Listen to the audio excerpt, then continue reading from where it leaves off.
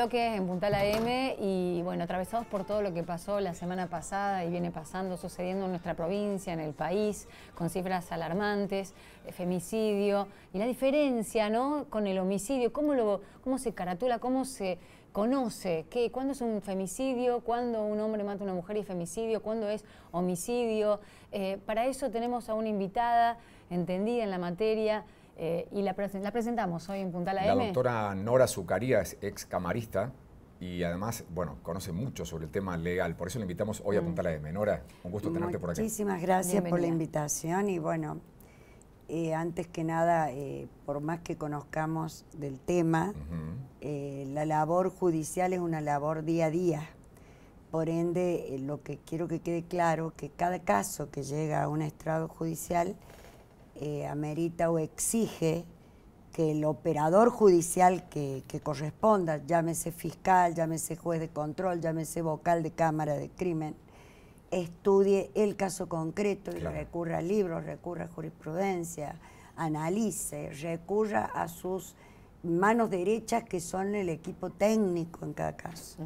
Y el tema que ustedes, justamente por el cual me han convocado, es uno de los temas más arduos. El juzgador debe no solo aplicar la ley, sino previamente interpretarla. Y esa es la tarea difícil y es una tarea netamente humana.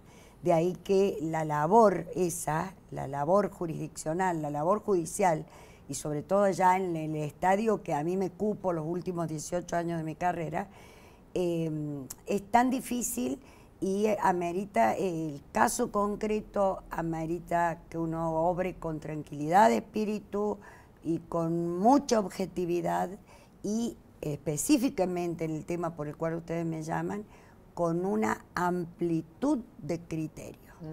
Es decir, lo que se nos exige o se nos exigió, en mi caso yo ya he pasado a ser jubilada, estoy jubilada, lo que se nos exigió a partir de la reforma de la ley, la reforma del Código Penal, con la introducción de lo que se da en llamar femicidio. Nosotros cuando lo hemos aplicado hemos puesto homicidio calificado por mediar violencia de género. Ese sería el nombre adecuado a mi criterio, ¿no? Femicidio, feminicidio son nombres más calificativos de un homicidio, me explicó, como puedo decir un homicidio alevoso, homicidio con alevosía en otro caso, o el premeditado, o el... Bueno, es decir, son adjetivaciones de homicidios, son todos homicidios. Nora, en este caso sí, la introducción obedeció a un tema que ustedes lo han dicho en la introducción. Ya es, yo me animo a decirlo, la muerte de una mujer en manos de un hombre por mediar violencia de género es una pandemia. O sea, ni siquiera epidemia, pandemia. La muerte de una mujer por en mediar manos de un violencia hombre, de género es una pandemia. Pandemia. De ahí que el legislador debió receptarla. Porque hay quienes todavía, pero te lo digo con total seguridad, hay quienes todavía reniegan de la incorporación de esa calificante al Código Penal y se olvidan que una de las necesidades de la introducción de un tipo punitivo, que es muy grave, es decir, el derecho penal, se dijo siempre que el derecho se le llama de última ratio, la última razón. Es decir, primero está la prevención, la educación, la prevención, y lo último debiera ser la punición, ¿me explicó? Lo último. Ahora, cuando el legislador lo recepta, el legislador que es el vocero del pueblo, el representante del pueblo lo recepta, en primer lugar, por dos motivos grandes, más allá de otros.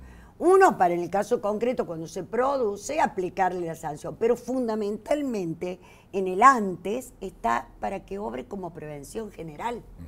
Es decir, si no lo incorporo, la conciencia se diluye o hago de cuenta que no existe o lo minimizo o lo subestimo a la problemática. Nora, estás dando una clase magistral sobre el tema, me parece perfecto, pero te pido que me pases en limpio, que pongas en títulos así. Sí.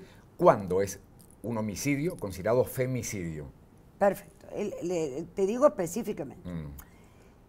La reforma que introduce la 26791, que fue a fines de diciembre del 2012, o sea, para nosotros prácticamente empezó a visorarse en el mundo jurisdiccional, jurisprudencial nuestro, en el 2013, ¿no es cierto? Porque fue muy ya terminando el 2012. Claro.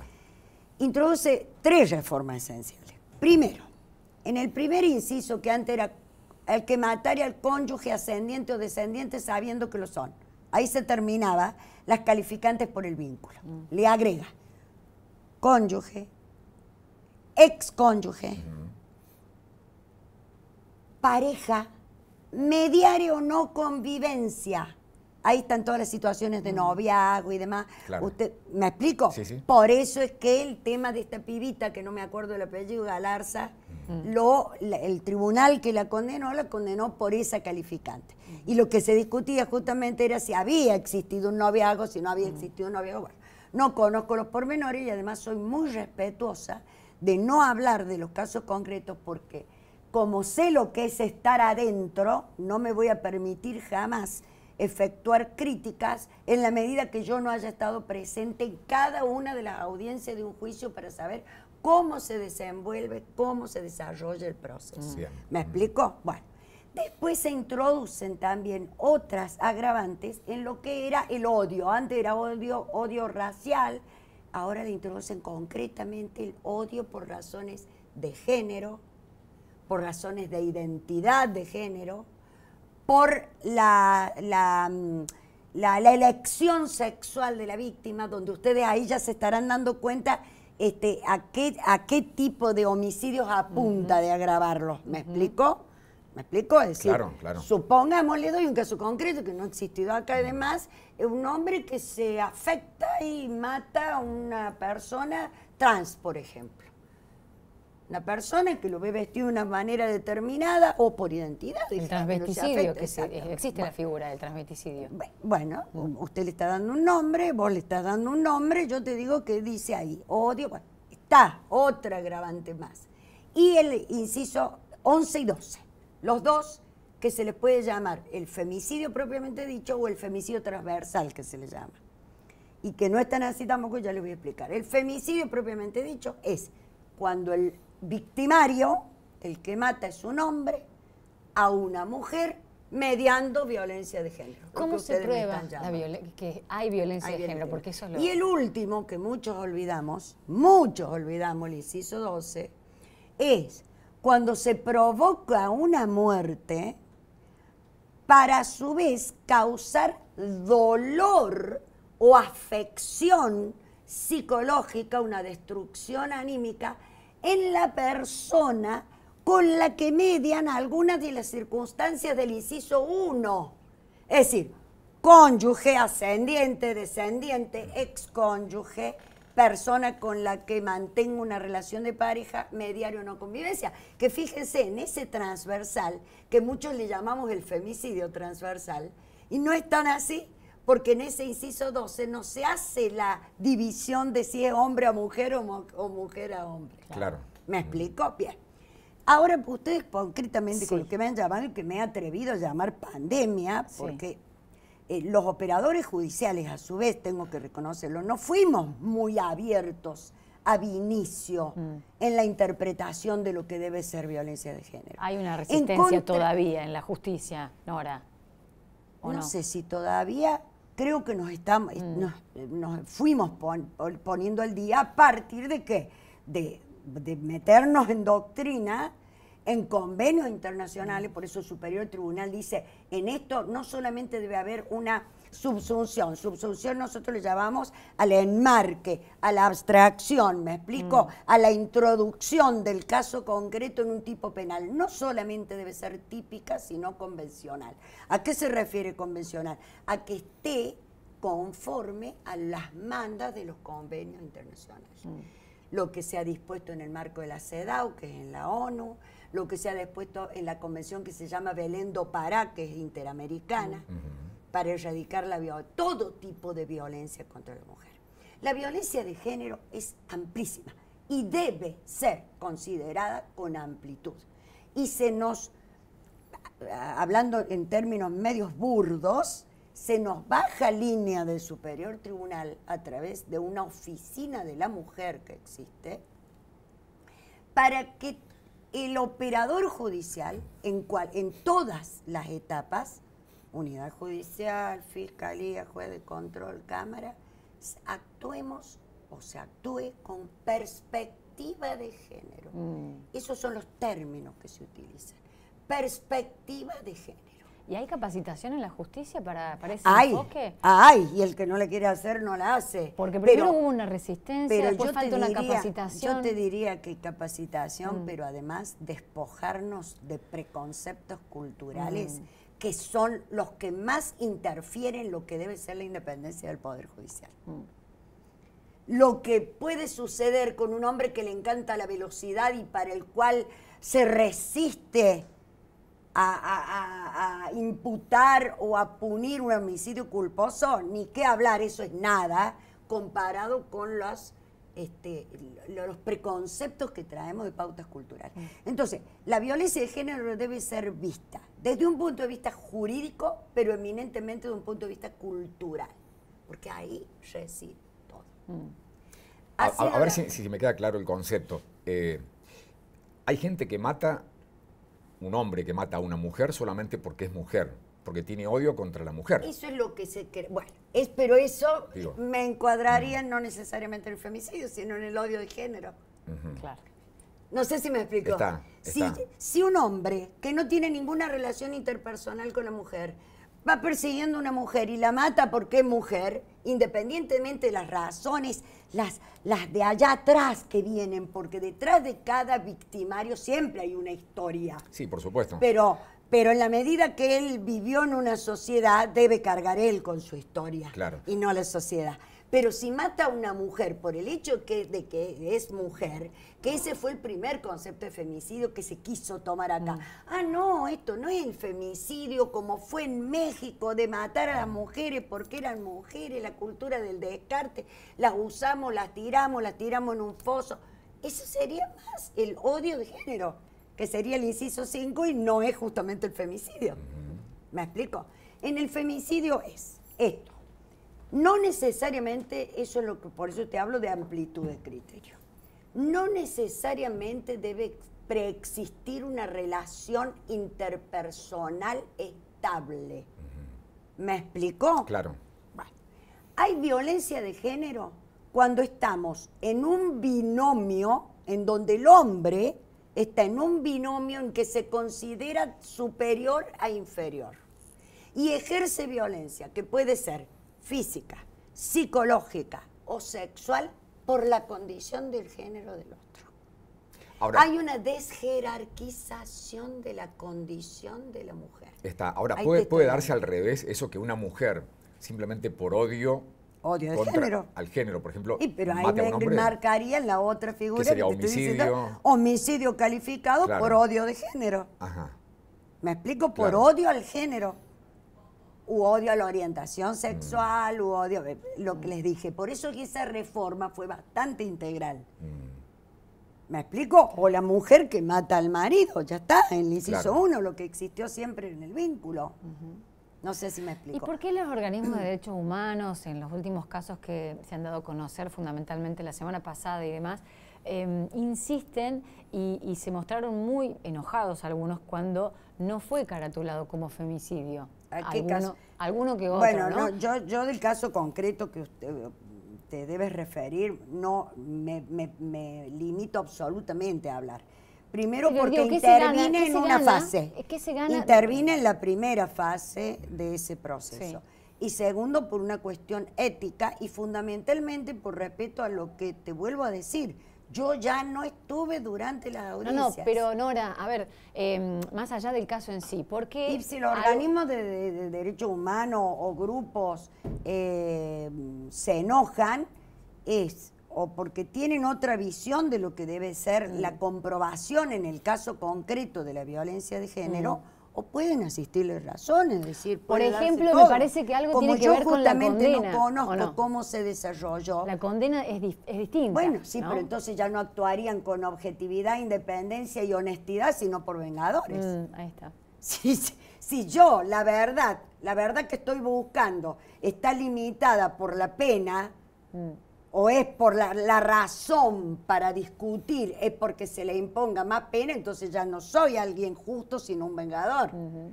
¿Me explico? Eso es lo que siempre les hago entender. Qué difícil procurar la objetividad absoluta en el marco de la justicia cuando sale de la cabeza de una persona subjetiva, ¿no? Yo la entiendo totalmente, absolutamente, y lo justifico en las familiares de la víctima. Yo a los familiares de la víctima les comprendo absolutamente todas las pretensiones que pueden tener. Llegué a escuchar, y no sé si en un programa de ustedes, justamente, una frase en un último caso de muerte de una mujer. No me atrevo a decirle ni darle un mote de femicidio, homicidio, absolutamente. Que ocurrió en el sur de la provincia. Cuando dijeron, ¿qué pretende? Que siempre dice, queremos justicia. Acá dijo que lo larguen para horrible, que la justicia la hagamos nosotros. Es decir, la barbarie absoluta, la anarquía absoluta. Por eso es que debemos llevar tranquilidad a todas las organizaciones. No sé si me doy a entender. Sí, es pasando decir, el en limpio. concepto que una agrupación feminista pueda tener de lo que es el femicidio puede no coincidir exactamente en este caso concreto con lo que jurídicamente se termina abstrayendo como femicidio. Por eso queríamos invitarla, porque no todo es femicidio, no toda mujer... No todo es femicidio, pero tampoco nos olvidemos de la amplitud de la perspectiva de género con la que debemos juzgar.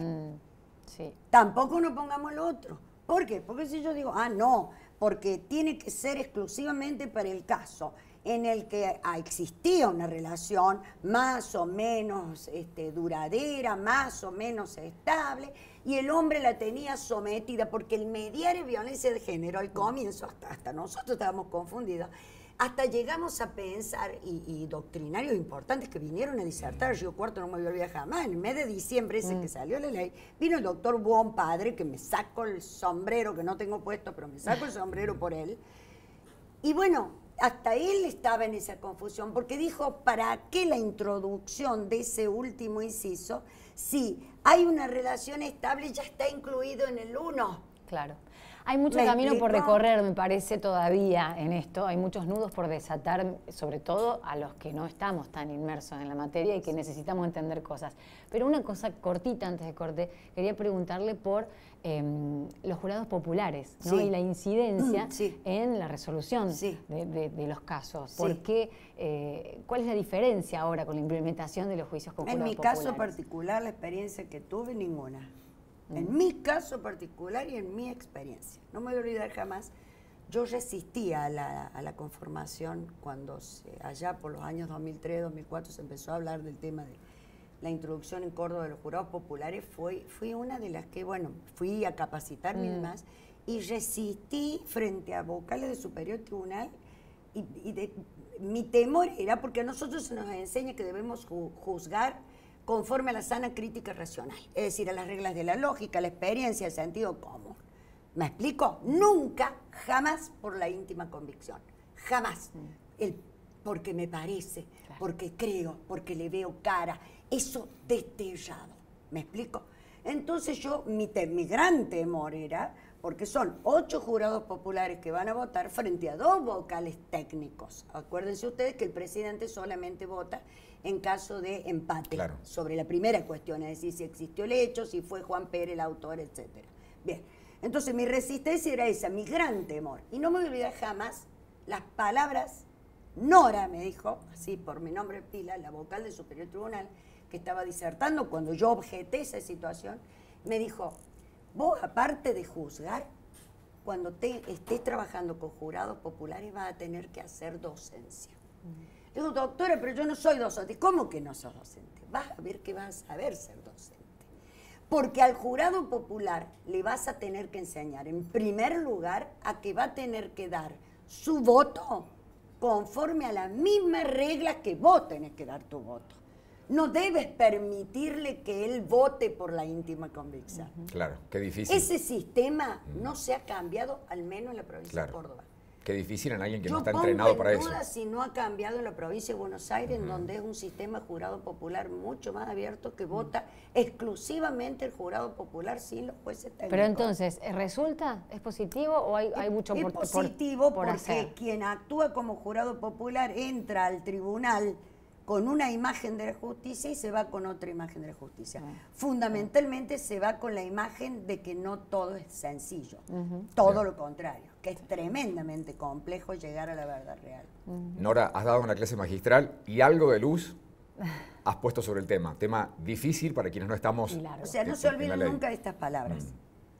Desjerarquización, binomio superior-inferior.